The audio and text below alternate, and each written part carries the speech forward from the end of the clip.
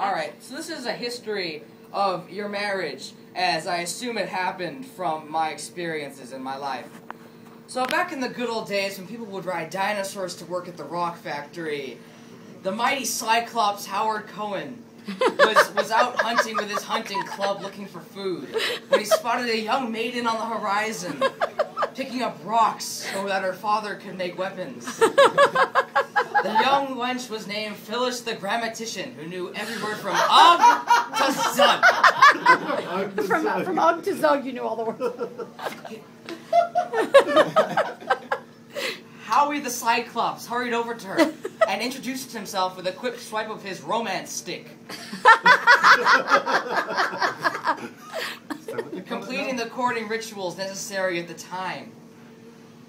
Having finished that, he used his marriage stick to consummate their marriage.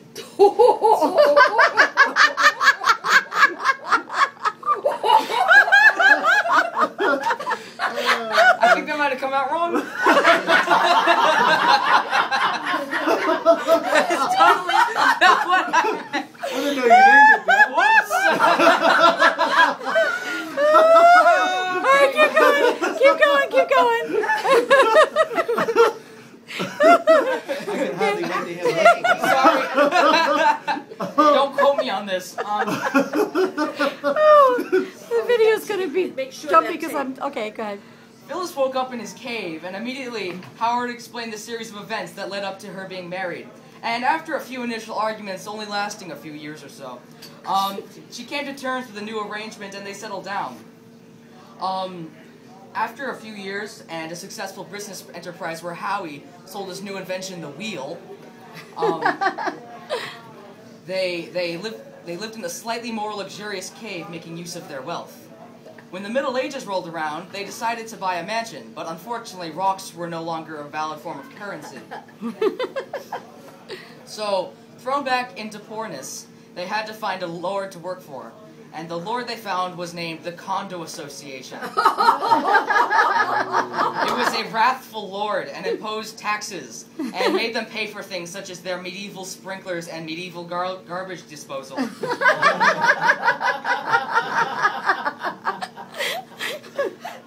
They got fed up with the Condo Association and decided to leave. And so they fled and caught a ride to India with the young upstart Christopher Columbus. Okay. They rode over to America on his ship for 3 months. And when they got to India, they disembarked with their friends, the name Shapiros, Yeah. and made their way to the mainland with the help of some natives, from which they discovered they weren't in India at all. They settled down in a duplex with the Shapiros. Over time, more people moved into their little area, and it became a real town.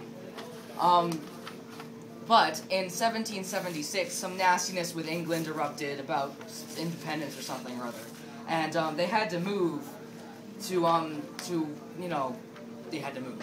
So, you done?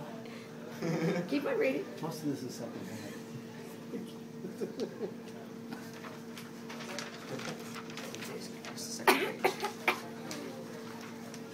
By 1966, their 2 daughters were born, and they were named Elaine and Debbie. In time, both of them had children, and were named Jeffrey, Josh, Rachel, and Noah, in order of the age. Howard and Phyllis moved once more to become closer to their new grandchildren geographically. Geologically, well, I guess. The rocks are important. Yeah. They're from the Stone Age, remember? Right. They understand. But they unwittingly fell back into the claws of the evil Condo Association. To this day, they are still struggling with them. But despite the Condo Association's efforts, Phyllis the Grammatician and Howard the Mighty Cyclops live happily with the help of their many descendants. Also, Howard has his bridge game, which he just loves to discuss all the time. Constantly. Inanely.